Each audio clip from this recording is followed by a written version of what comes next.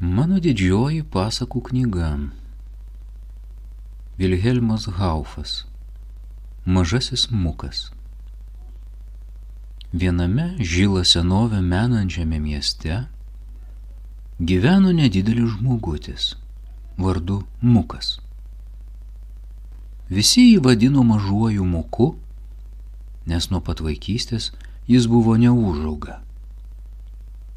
Mirus tėvui beširdžiai giminės išvarė vargšą našlaitį iš namų ir jis iškeliavo į platųjį pasaulį, tikėdamasis netrukus rasti savąją laimę. Tačiau jo svajonėms nebuvo lemta greitai išsipildyti. Po 3 dienų išalkęs ir nusiminęs, mažasis Mukas pasiekė didelį miestą.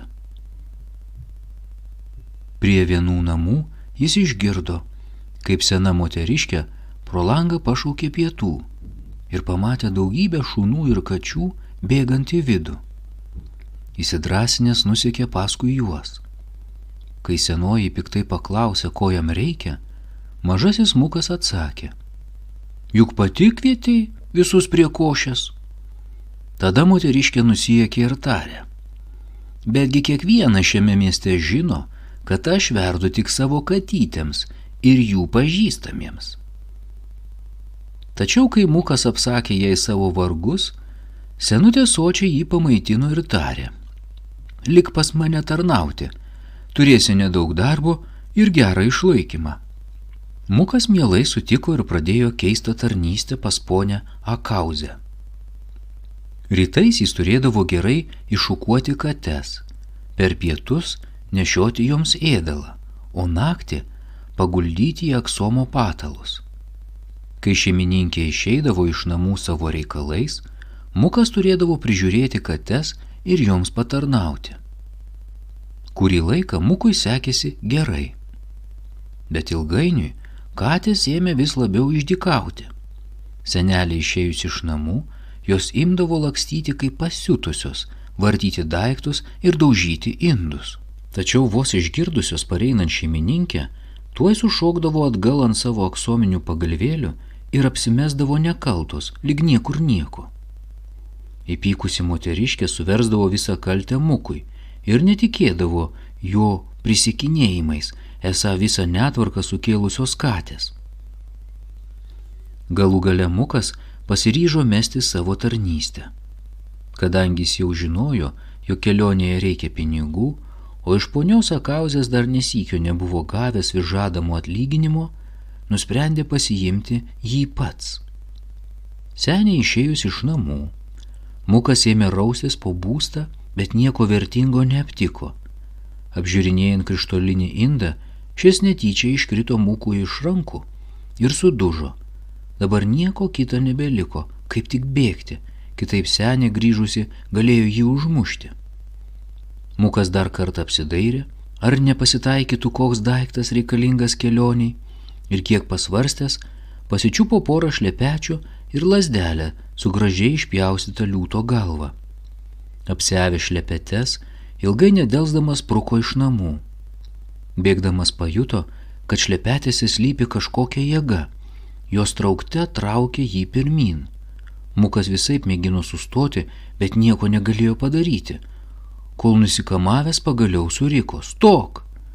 Čia šlepetė sustojo, o Mukas nuvargęs krito žemėn ir užkart užmigo. Susapnavo mažą šuniuką, kurį ponios Akauzės namuose labiausiai mėgo iš visų, ir nustebęs išgirdo: "Gerasis Mukai, tu dar ne visai supranti šlepečių galybę. Jei 3 kartus apsisuksi ant kulno, galėsi lėkti kur panorėjęs, o lazdelė tau padės rasti lobį. Kur užkastas auksas, jį suduoda į žemę 3 kartus, kur sidabras 2. Pabudęs Mukas iškart puolė mėginti šlepečių, kol jam pagaliau pavyko. Apsisukęs 3 kartus ant kulno, panorėjo nulėkti į artimiausią didelį miestą ir šlepetės, pakilusios į orą, vėjo greičiu nunešė jį padebesiais. Mukas nepajuto, kaip atsidūrė šurmuliuojančios turgaus aikštės vidury. Pasitraukęs į tuštesnę gatvelę, Mukas ėmė galvoti, kaip prasimanyti bent kiek pinigų ir po ilgų svarstymų nutarė įsidarbinti bėgiku. Kadangi žinojo, kad už šią tarnybą geriausiai moka karaliai, Mukas pasuko į rūmus ir prisistatė prižiūrėtojui. Šiam toks pasiūlymas pasirodė labai juokingas, bet jis vis dėlto nuėjo pas karalių ir papasakojo apie Muką. Karalius buvo linksmas žmogus, todėl įsakė vakare surinkti visus dvariškius ir surengti Muko lenktynės su pačiu greičiausiu karaliaus bėgiku. Atėjus vakarui, visi, kas tik galėjo, susirinko pažiūrėti varžybų. Išvydę mažąjį Muką, visi ėmė linksmai kvatoti ir kristi iš juoko, nes tokio juokingo žmogučio dar niekada nebuvo matę. Tačiau jų juokas greitai virto didžiausią nuostabą, kai mažasis Mukas akimirksniu pralenkė galingąjį priešininką ir paliko jį toli už nugaros. Tada karalius tarė: skiriu tave savo vyriausių bėgiku, kad nuolat būtum prie manęs, o algos gausi kasmet po 100 auksinių. Mukas labai džiaugiasi, tikėdamasis, kad pagaliau rado savo laimę. Jis greit įgijo didelę karaliaus malonę, bet tai sukėlė didelį kitų karaliaus tarnų pavydą. Norėdami Muką nuversti, jie susimokydavo ir prisigalvodavo visokių negražių dalykų, kad tik jam pakenktų. Matydamas tarnų piktus kėslus, Mukas nemanė jiems keršyti, bet sugalvojo pelnyti jų palankumą pinigais. Jis buvo nekartą girdėjęs, kad šio karaliaus tėvas daug savo turtų užkasęs į žemę ir nespėjęs prieš mirtį pranešti savo sūnui, kur užkasti pinigai. Todėl Mukas dabar su savimi visada imdavo stebuklingą lazdelę, tikėdamasis rasti paslėptuosius lobius. Ir iš tiesų, vieną vakarą rūmų sode jis aptiko puodą su auksu. Tačiau auksas, kurį Mukas dabar saujomis visiems dalijo, sukėlė tik tai jo priešų pavydą. Kartą, kai jis nuėjo į sodą parsinešti daugiau pinigų, susimokėliai jį sugavo ir nuvedė pas karalių. Iždininkas, kuris pats nevengdavo pasisemti pinigų iš karaliaus iždo, pareiškė, kad ižde jau kuris laikas stinga kaip tik tokios sumos, su kuria buvo sugautas Mukas. Greičiausiai bus ją pavogęs ir ruošėsis užkasti. Tada karalius įsakė Muką surakinti grandinėmis ir įmesti į kalėjimą. Kitą rytą, kai buvo paskelbtas mirties nuosprendis, Mukas pasiprašė nuvedamas pas karalių ir atskleidė jam lazdelės paslaptį. Sužinojęs teisybę, karalius nubaudė mirtimi savo iždininką, tačiau iš Muko jis įsigeidė išgauti ir jo greitumo paslaptį. Kadangi Mukui buvo gana kalėjimo kančių, jis papasakojo karaliui apie stebuklingasias šlepetes. Norėdamas įsitikinti, karalius pats apsiėvė šlepetes ir kaip pasiutęs ėmė lakstyti po daržą, negalėdamas sustoti, nes Mukas nebuvo jo pamokęs ir leido karaliui bėgioti, kol šis išvargęs griuvo kaip negyvas. Kai karalius atsigavo, baisiai siutęs suriko Mukui: aš tau pažadėjau laisvę ir gyvybę, bet jeigu per 12 valandų nedingsi iš mano žemės, liepsiu tave pakarti. Taip karalius išvijo vargšelį Muką, pasilikęs savo ižde, jo stebuklingasias šlepetes ir lazdelę. Perėjęs sieną, Mukas pamažu išalko ir netoliese pamatęs puikų figos medį, pasigardžiuodamas privalgė jo sultingų vaisių. Bet kaip jis išsigando, kai nuėjęs prie upelio atsigerti, pamatė vandenyje savo atvaizdą su baisiomis ausimis. Aš vertas asilo ausų, sušuko vargšas, juk kaip paskutinis kvailys sutrypiau savo laimę. Pavakarį išalkęs vėl prisivalgė figos vaisių jau nuo kito medžio ir nuėjo prie upelio atsigerti.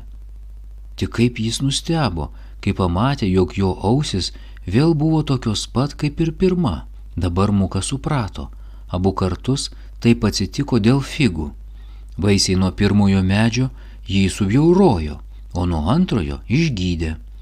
Muko džiaugsmas buvo neapsakomas, kad laimė vėl sugrįžo. Prisiraškęs nuo abiejų medžių vaisių, kiek galėjo panešti, Mukas, persirengęs prekeivių, nuėjo atgal į tą miestą, kur gyveno karalius, ir pardavė jo virėjui pilną kraitelę figų nuo pirmojo medžio. Oi, koks kilo sąmyšis per karališkosius pietus, kai visi prisivalgę gardžiųjų figų pasidabino asilo ausimis. Buvo sukviesti visi miesto daktarai, bet niekas nepadėjo, nei vaistai, nei operacijos. Mukas netrukus išgirdo visą šią istoriją ir nutarė, kad jau metas veikti. Už parduotas figas nusipirko daktaro apsiaustą ir prisilipdė ilgą ožkos plaukų barzdą. Tada pasiėmęs maišelį su figomis nuo antrojo medžio, nukeliavo į karaliaus rūmus ir prisistatė kaip garsus daktaras iš svetimos šalies. Iš pradžių niekas nenorėjo jo tikėti, bet kai vienam karalaičiui davė suvalgyti figų ir jo ausis vėl pasidarė kaip buvusios, visi ėmė veržtis pas svetimšalį daktarą. O karalius nusivedė jį tylėdamas į savo iždinį ir tarė: štai visi mano turtai, imk viską, kas tau patinka, tik išgelbėk nuo tos baisiosios negandos. Šie žodžiai Muko ausims nuskambėjo kaip gražiausia muzika. Jau įeidamas jis pamatė gulint ant žemės savo šlepetes, o palei sieną ir lazdelę. Mukas ėmė vaikščioti aplink, lyg negalėdamas atsigėrėti karaliaus turtais, tačiau vos priėjęs savo šlepetes, šoko paskubom į jas, pagriebė lazdelę, nusiplėšė savo barzdą ir parodė nustebusiam karaliui gerai pažįstamą išvarytojo Muko veidą. Klastingas karaliau, sušuko jis, ištikimam tarnui tu atlyginai savo nedėkingumu, todėl lik toks amžinai, kad niekada neužmirštum mažojo Muko. Ir apsisukęs ant kulno nulėkė savo keliais, karaliui net nespėjus pašaukti pagalbos. Nuo tada Mukas gyvena savo gimtajame mieste, be nepriteklių, bet atsiskyręs nuo žmonių, nes nemėgsta jų draugijos. Vargai ir nuotykiai jį išmokė išminties. Pabaiga.